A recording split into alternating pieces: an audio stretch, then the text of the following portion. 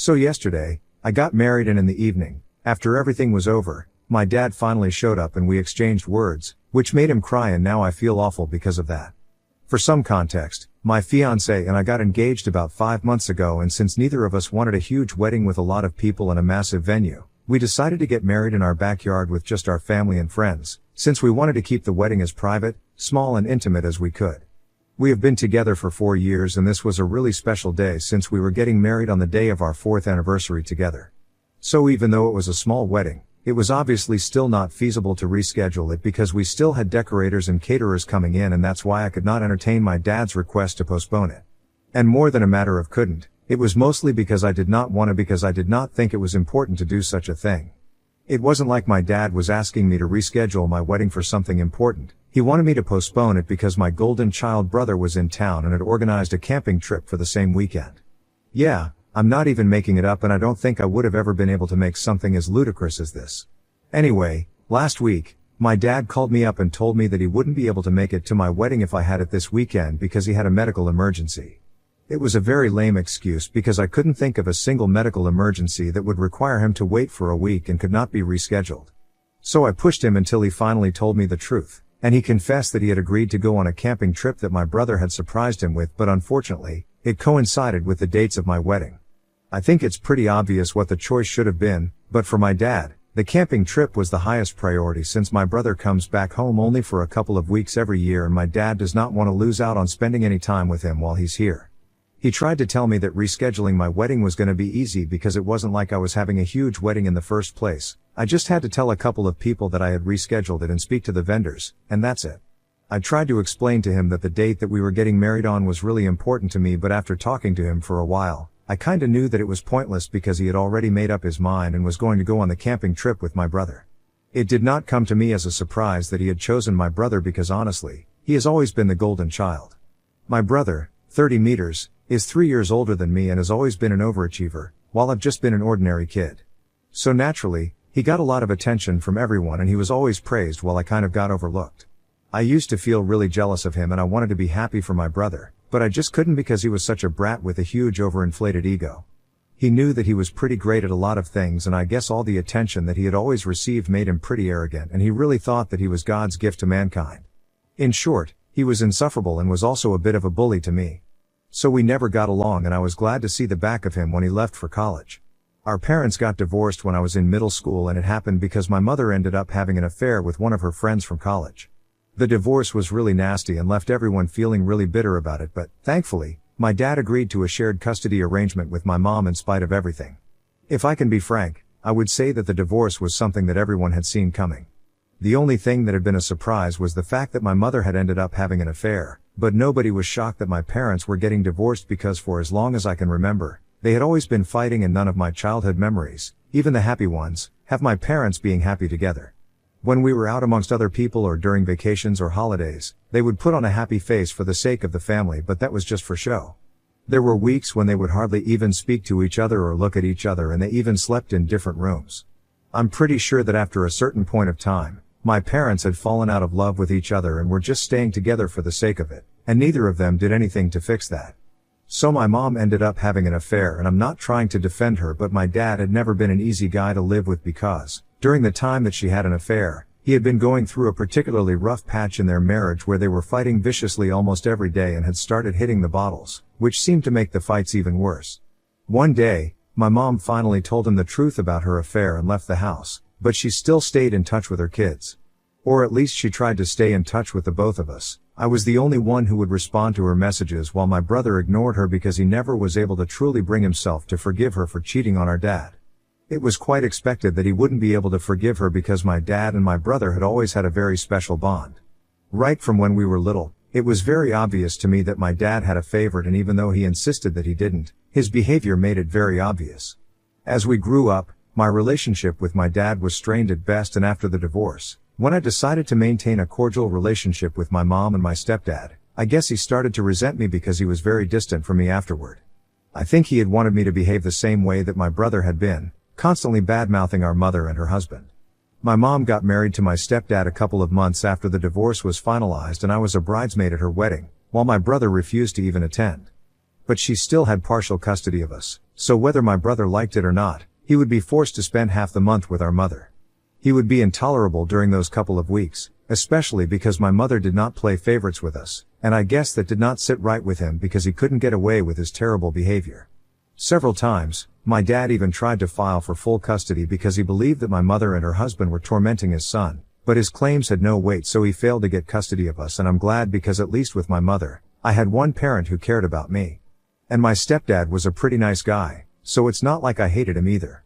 I was really little and very confused about whether I should be okay with my mom, in spite of the fact that she had cheated on my dad, but after a while, I just decided that I would do whatever made me happy, and have a good relationship with my mother made me happy. And I'm glad that I put in the time and effort to build a good relationship with her and spend time with her, because we ended up losing her to the big C about 6 years ago.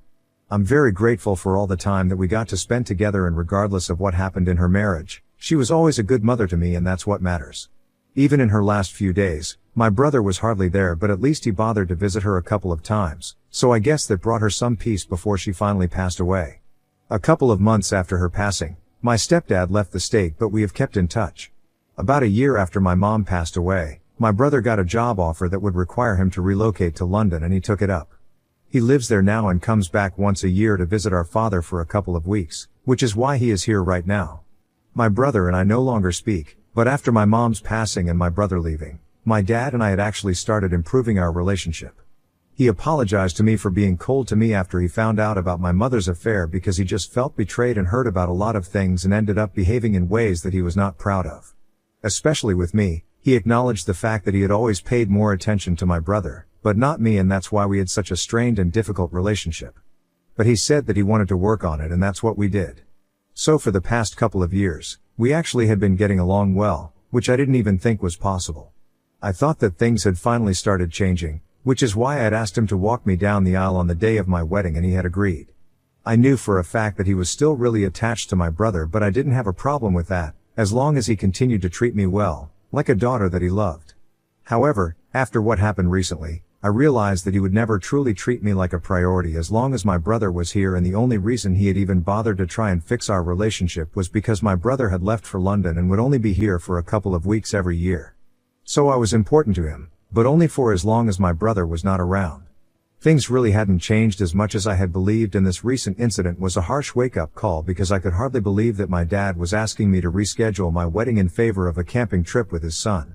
So I did the only thing that occurred to me at the time. I agreed to delay my wedding in the heat of the moment, and minutes after I had disconnected the call with my dad, I was on another call, but this time, it was with my stepdad, and I was asking him to walk me down the aisle before I even knew it. I was furious at the time, and I'll admit that what I had done was pretty vindictive and was done purely with a spirit of revenge, but while I was doing it, I thought I was doing the right thing for myself so I could teach my father a lesson. My stepdad had been invited to the wedding as a guest anyway, since I had already mentioned that he was a nice guy and I didn't have a problem with him. Besides, he was the only person who got me through my mom's funeral, so even though we don't talk on a regular basis, we are still close enough. When I asked him to walk me down the aisle, he seemed skeptical about it for a couple of seconds at first, since he was aware of the fact that my father was also going to be there, but I got him to agree eventually. I really didn't think much of it, because I thought that even though what I was doing was petty, it was well deserved, and my fiancé agreed with me, so that was all the validation that I needed. For the past week, my dad had hardly even bothered to keep in touch, and I knew it was because my brother was back in town, which just added fuel to the fire. And then, yesterday, I finally got married and my dad was not there, which was expected. I had been waiting until the very last moment for some sort of miracle, and then maybe he would show up, but that never ended up happening, and my stepdad walked me down the aisle. Don't get me wrong, I'm happy about that, and it was my wedding day, so I'm obviously very happy about how it turned out in general. The only thing that went wrong was that after I sent my dad a picture of me being walked down the aisle by my stepdad, I expected him to be mad, but I hadn't expected him to actually get on the next bus and come back home so he could speak to me. But that's what happened, and I feel bad about everything that took place last evening. I had asked one of my cousins to take a picture of me from my phone while I was walking down the aisle and send it to my dad, and she did. He saw it a couple of hours after that, and then there was no response, which I thought was a bit weird, but I was busy with the wedding lunch and stuff, so I didn't pay much mind to it.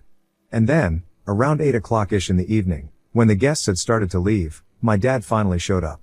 My brother was also there with him, and both of them seemed exhausted, but it was only my dad who did all the talking and told me that he was really sorry for not taking my wedding seriously, but now that he was back, He wanted me to have another ceremony the next day so he could be there for me and finally walk his little girl down the aisle. He told me that he was aware of the fact that he had really been very disrespectful of me by choosing to go on the camping trip and asking me to reschedule my wedding, and I was totally justified in doing what I did, but he really regretted all of it and he just wanted one more chance. He told me that he didn't even care if nobody attended, he just wanted another ceremony so he could at least have the satisfaction of knowing that he had gotten the opportunity to walk me down the aisle. And he seemed pretty desperate for another chance, which made me kind of upset because I realized that maybe if I hadn't asked my stepdad to walk me down the aisle, I don't think my dad would have cared this much. I actually went ahead and asked him if he would have come back so quickly and behaved the same way if I hadn't asked my stepdad to step into his shoes and walk me down the aisle, or if he wouldn't have cared, and that seemed to make him think for a bit, and that was all that I needed to see. It was obvious that this was more about him versus my stepdad rather than him caring about me, and I told him that he had really disappointed me and I was not going to have another wedding just for his sake. He had his chance and he blew it, and now, I just wanted some peace and quiet, away from him. Then, I politely asked him to leave, but he just ended up breaking down and kept asking me to forgive him. He was crying and he told me that he was really sorry for not prioritizing me. He said that he just hadn't realized that I was actually going to go through with the wedding, and as soon as he saw those pictures that I had sent, he and my brother took the next bus back home. But when I maintained that, I just wanted him to leave because I wanted to enjoy the day of my wedding to the fullest, he got kind of offended and told me that I was being heartless and I couldn't just treat him like this over one mistake. At that point, I got really annoyed, and I told him that if he could treat me badly throughout my life in spite of not having a valid reason, then I had the right to do this to him, especially because he had given me more than several reasons by now, and everything that was happening to him right now, he totally deserved it. I told him that I wanted him to go away and that I was glad that I had asked my stepdad to walk me down the aisle because even though he was not related to me by blood, at least he cared about me and it wasn't just for show like it was with him. Then, I walked inside the house while he continued to cry, and after a while, when I looked out, my brother and my dad were gone. Now that it has been a considerable amount of time since that happened, I feel kind of bad about what I said. I feel even worse that I made him cry. Ida for asking my stepdad to walk me down the aisle instead of my father and then trying to make him feel bad about it. Update 1. Hey, everyone. So I've thought about it long and hard and I have decided that I have nothing to be sorry for. After all, it was my dad's decision to have me reschedule my wedding so he could go on some stupid camping trip with his son.